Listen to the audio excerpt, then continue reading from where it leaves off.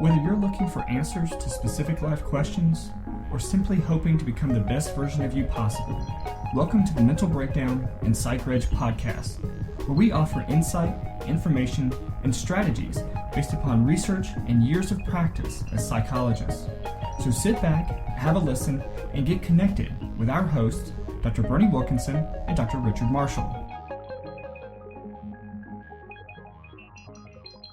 This week, we are going to focus on the idea, we're going to focus on the idea of what even gave us our name for this podcast, the mental breakdown. That's true.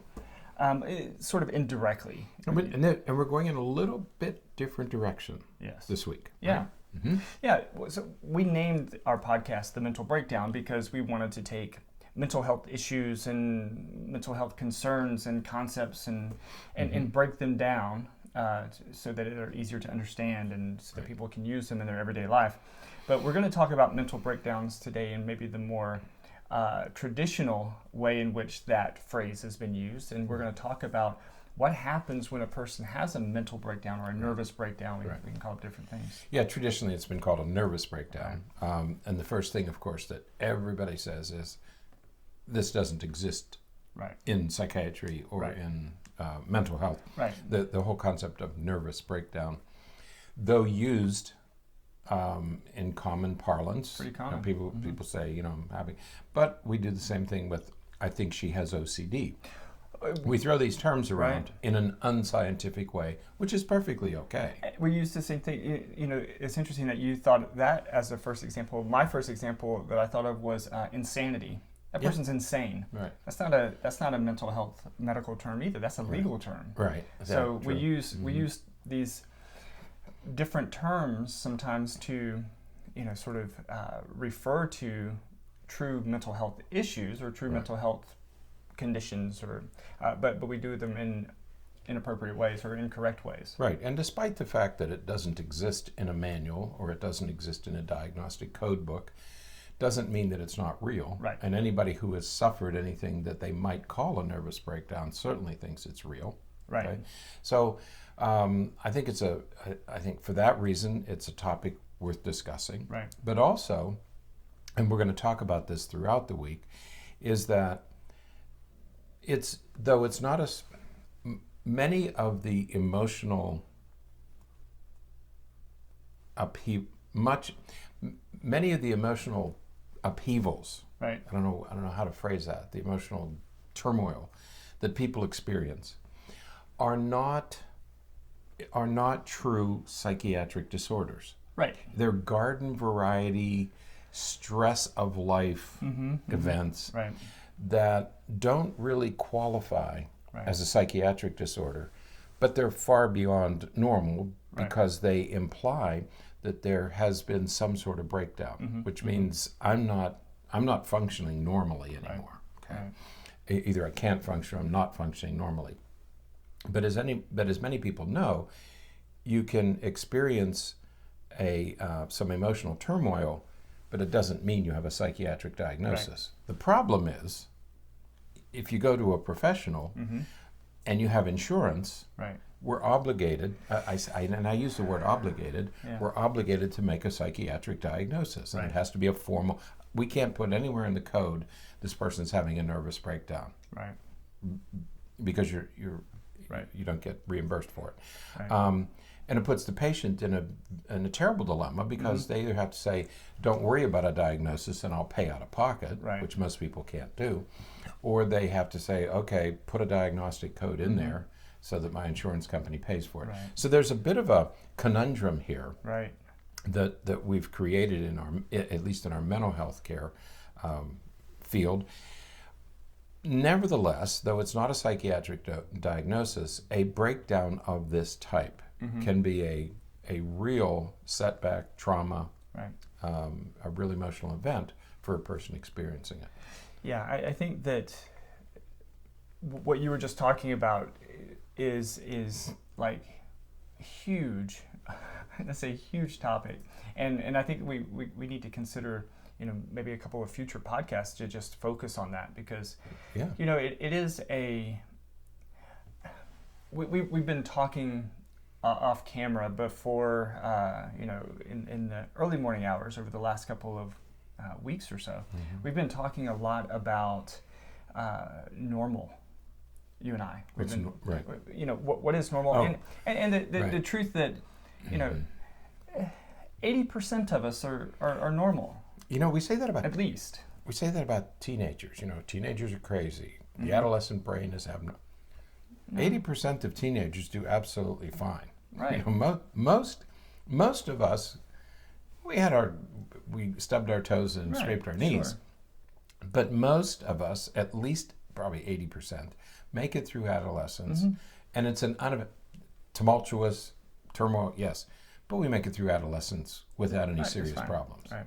20% struggle, but 80% make it through. Right. And what you're suggesting is, for 80%, in most cases, you don't have a mental illness. Right. Okay. Well, what I think of as the statistics, right? If 80%, we know that typically, based upon if we just looked at the normal curve, True. 80% of us are within the normal range, Right. at least. Normal to above average. Right. Okay? So that leaves 20% that are going to have some problems. Right. All right? So if we use that statistically, but then we look at the estimates from the Diagnostic and Statistical Manual that estimates that about 50% of people are going to meet criteria for a mental illness at some point in their life, those numbers don't jive. Right. I mean, so what that means is we're diagnosing about 30% of people with something that they may not have. Exactly. And that's where we think that these mental breakdowns or these nervous breakdowns where they come into play, because if a person is experiencing a tremendous amount of stress, and again, this is a huge topic because again we've been talking about it so much over the last couple of days. If a person is really struggling at work, they're very stressed at work because there are these time demands and these expectations that keep pushing and pushing and pushing to the point where the person breaks and they can't go to work. They're just overwhelmed. Right. They can't function. They're just sitting quietly, staring out the window. Right. In that watching the rain fall in that classic scene from movies and stuff that we've seen. And then they go see a doctor, they're going to be diagnosed with something. But just because they're experiencing that at that moment doesn't mean that it's a mental illness. It just means that they're experiencing some distress and discomfort at that moment. That's right. And we have to give them some time. And I'm not sure that I'm right about this, but even if you sit in an office the way we do, whether you're a psychiatrist or a psychologist or a therapist, it doesn't matter.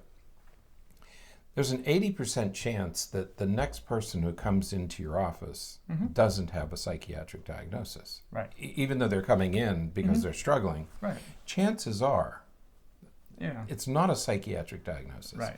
And so the obligation becomes, I think, on us professionally, is to say, wait a minute, there's a better than even chance that there's nothing psychiatrically wrong with you. You don't have a true mental illness. Right. It's probably, more likely, it's life events. Right. And that's why I really appreciate the opportunity to talk about something like a nervous breakdown, which is not a formal diagnosis, but it's something that many people struggle with, and they shouldn't be struggling alone. They should be able to come to professionals and get some kind of treatment without having to get into billing issues and diagnoses that maybe they shouldn't have.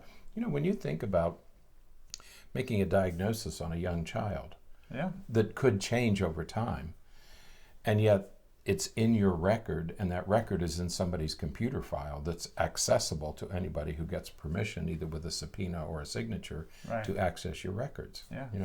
And is it really a psychiatric diagnosis, or did it change over time? Absolutely. So throughout the course of this week, we're going to talk about mental breakdowns or nervous breakdowns, and we're going to talk about how we come back from them. There's going to be a little bit of variety or a little bit of variability in what we talk about from that perspective, because we are going to talk about not just mental breakdowns or just these sort of situationally based factors that contribute to why you had to be out of work for a couple of days because you were just overwhelmed and couldn't function, versus, what happens if you have a manic episode and you have to miss work for a few days because you're dysfunctional. Or you're driving through another state. Right. Because you just disappear for a few days. Right. Where do you put that in a person's life? Right. So we're gonna talk about it in a little bit broader of a perspective, but it all, for the most part, it's all pretty consistent. The ease at which you can do some of these things will vary depending on whether it's just you're overwhelmed because you have so many expectations from work versus a manic episode. It's going to be easier with the first than it would be with the second. But a lot of the strategies and a lot of the things that you need to do are going to be almost exactly the same.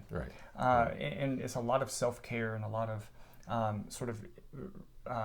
self-reflection and looking at what's going on so that we can, address what's happening, get back to life, and then work to prevent future episodes. And I'm glad you mentioned these life things that we have to do. Right. Because even if you do have a psychiatric diagnosis, what do we always talk to people about? You have to change. It's nutrition. Do you have good nutrition? Are you sleeping well? Are you exercising? Are you managing your stress? The big four.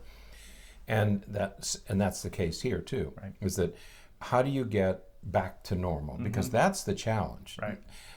When I think about how do you manage your mental struggles, I didn't want to say mental. How do you manage your Well, you manage it by getting back to normal, some semblance of normal. Right. Okay, you don't just stay ill, but you use your resources to get back to normal. Right. And that's really much of what we want to talk about this week. How do you get back to normal? Right. Yeah, and the back to normal is again part of that topic that you and I've been talking about for a long time. I'm thinking about just today. Here, we're recording this podcast on the 8th, so Sunday morning, the morning before this will be going out. And we got here early this morning, and have been working on different things. And I knew that my goal in coming in this morning was to prepare the podcast working to prepare the podcast for the week. And I have a couple reports and stuff like that I need to work on. And I start working on some things, and my computer's working slowly because I'm doing this, trying to shift these things. I'm going to mention it, Richard. I'm laughing. I'm sorry. I can't contain myself. So I'm trying to manage a few things, and my computer's working slowly because of issues that we're having with Dropbox. And so and this is not a slam on Dropbox at all, but it's just having some syncing things. So I've been working over the last few days to revamp the whole thing. Right. And I was like, okay, you know what? Let me finish this thing with Dropbox real quick and get this all set up real quick. That's the important thing. Right. It's just a couple more things I needed to do. What time is it? 3 hours. 3 hours later. 3 hours later. Right. I think that I have Dropbox where I need it to be, and it's not because of any problem with Dropbox. It's because of just probably the order in which I was doing things and the fact that, I have 15 other things that I wanted to be doing, and I'm trying to do this. And so I'm only mentioning that, not for anybody to feel sorry for me, but if you choose to feel sorry for me, I do appreciate it. I'm going to... What? Inhibition. I'm Control recruiting yourself. my frontal lobes. Good job. But I'm mentioning it because how many times did I come in your office and say, my brain just can't focus. I'm scattered. I couldn't bring my mental facilities together to sequence at points a sentence. I could even hardly say what I was thinking. And on the other side of the aisle, I came in early, thinking that, okay, we'll get the podcast finished, and then I can do all kinds of work this morning. But we were all stuck because of Dropbox. Yeah. Right? And so we are stressed. Yeah. Okay. So we're feeling some of that stuff that we're going to be talking about. But ours is short. Right. It's temporary. It's situational. And we'll get it finished and we'll move on. Right. But if it would go on for today and tomorrow and the next day, then you begin to get into some troubled waters. Right. Okay. And that's what we want to talk about. And what's going to happen is we're recording this one podcast today, and we're going to record a few more tomorrow morning.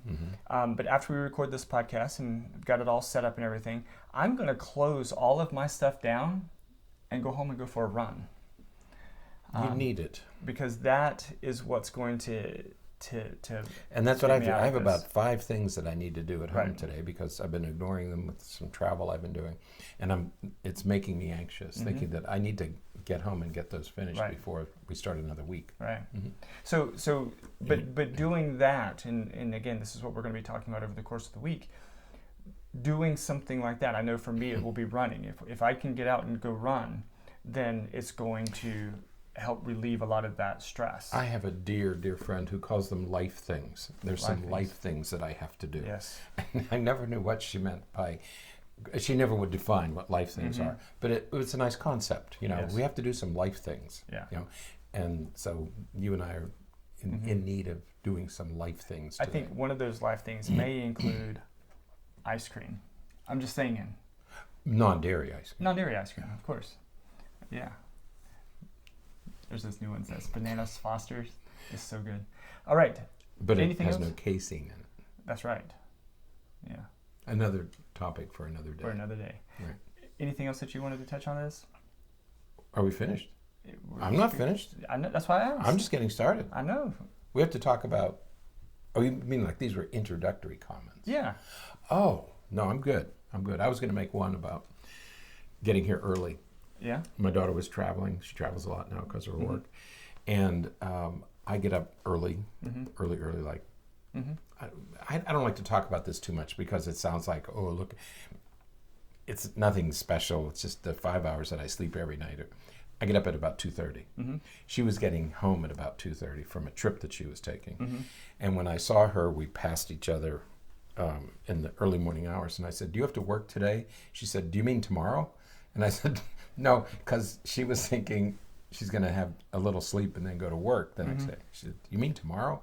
So that's you and I. We meet people and they say, "Do you mean tomorrow?" I said, "No, like in a couple of hours." It's so funny because that exact same conversation with my kids when I got up and was heading here yesterday morning on Saturday, and they were still playing Xbox. From Friday. Yeah. Right. So to them, it's still Friday, right? I go, "What do you guys want to do today?" They go, "You mean tomorrow?" I go, "No, like in a few hours."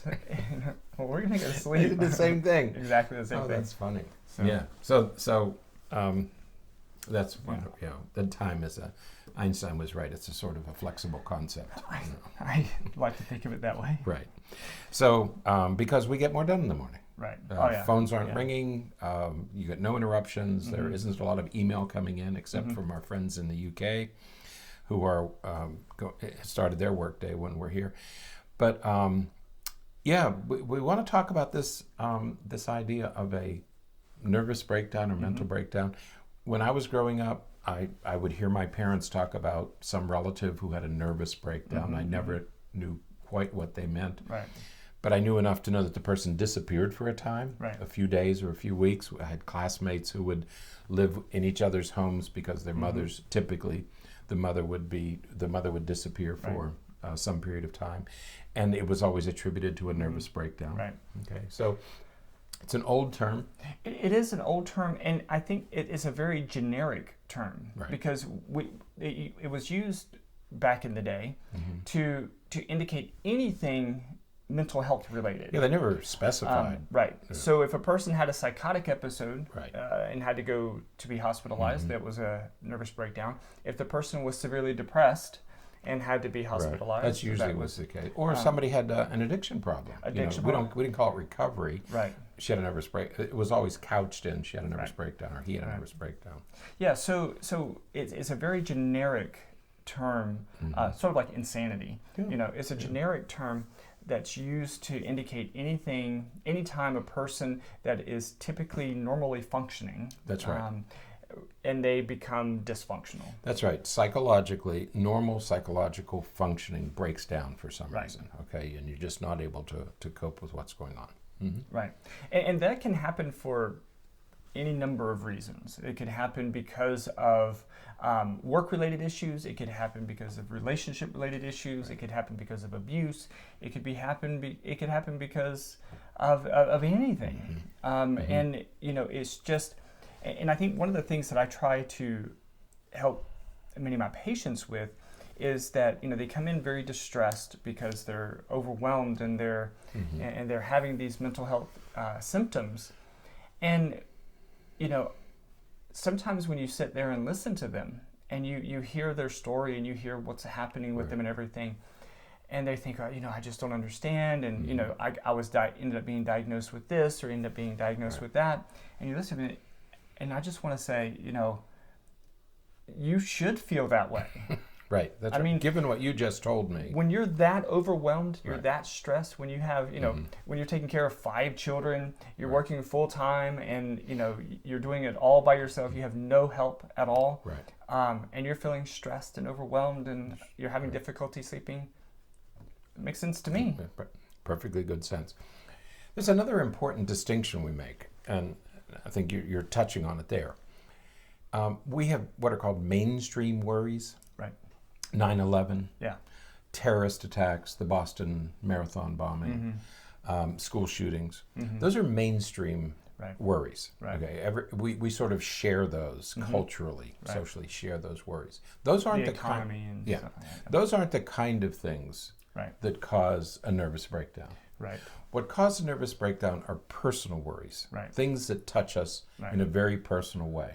Okay, and so that's why it's important to know the person, to take a very close look into your life, because typically a nervous breakdown is personal worries, family problems, losses, grief, changes in life, moves to different places. Right. Yeah. Well, what happens is, because it is a cumulative effect. That's right. So if you're the type of person who's very stressed about those mainstream stressors, if you carry those with you, you probably function just fine. If you sat down and talked to somebody, you may complain about this, or you may complain about that, or you may express this worry or that worry. But what happens is you have that sort of underlying mainstream stress, and then something personal happens, and that tips you over the edge. It's glacial, and when we say glaciers move because you have an accumulation of snow, and eventually the snow gets heavy enough that it begins to slide. Okay, and that's what this is. We refer to these kind of things as glacial in nature. That eventually it's going to slide because the weight of all of these things just becomes too heavy. Yeah. A straw that broke the camel's back, or the last straw, or whatever, however you want to phrase it. But they're personal. They're important to you personally. Might not be important to somebody else, but it's important to me.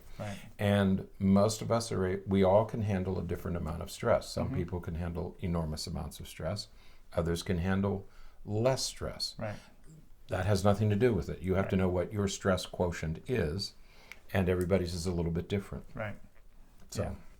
Yeah. So in the article, they refer to things like the stress vulnerability model, where you look at how much stress you're experiencing and how vulnerable you are to that stress, and that relationship is going to help predict or allow us to figure out about the potential or the risk for a nervous breakdown. Right, because in our world, we always talk about those 4 things, and the 4th one is managing stress. How do you? So what does stress do? I mean, what's actually happening when you have a nervous breakdown? Because this is going to lead to interventions. Okay, the first thing when you're experiencing stress is you have sort of a loss of control. You feel a loss of control. It's reduced control over my circumstances. That's happened to me many, many times. When I don't feel that I'm in control of my, I start to feel it. Okay, so one of the things is you have reduced control. The second is you have reduced options. There isn't much you can do about it. We had some car things happen, and we're in the hands of the insurance company. I'm sorry, it's the way laws are written in most states. It's the way companies operate, the way insurance companies operate. Everybody who's ever had a little bit of an accident has gone through it. But you don't have many options. I can't, I'm not in control of that process right now, okay? That creates stress, okay? And the last one is it causes fatigue.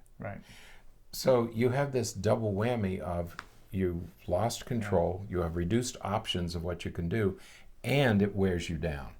And that's when it starts to create problems. And at some point, at some point you reach a breaking point. Yeah. That's the nervous breakdown. Absolutely. So if we know that that's what it's doing, then there's automatically, that's where we have to point to interventions. If these are the things, if this is what stress does, then these are the things we're going to have to do to get back to normal. Right. Yeah. So again, we're going to talk over the course of the week. We're going to talk about some different areas because one of the main goals after a nervous breakdown or after one of these episodes is to get life back to normal. That's right.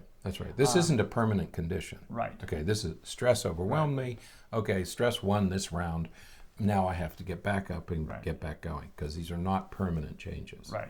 Right. So we're going to talk about getting your life back as it relates to those four things of exercise, sleep, diet, and stress management. We're going to talk about how to get back to work, how to rebuild your relationships, how to deal with some of these things that are sometimes affected negatively when we have a breakdown, when we have some moments of dysfunction. How do we get all of that back to normal? Right. And then how do we recognize, we're going to kind of end the week with how do we recognize that this has happened and prevent it from happening again? That's right. It's getting back to normal. You don't just go back to work. Right. I mean, you're going to have people asking you why you were gone. Right. You have your children to explain things to. You have family members. You have coworkers. So there's a lot of work to do, and don't leave it to chance. There are good ways to re-enter.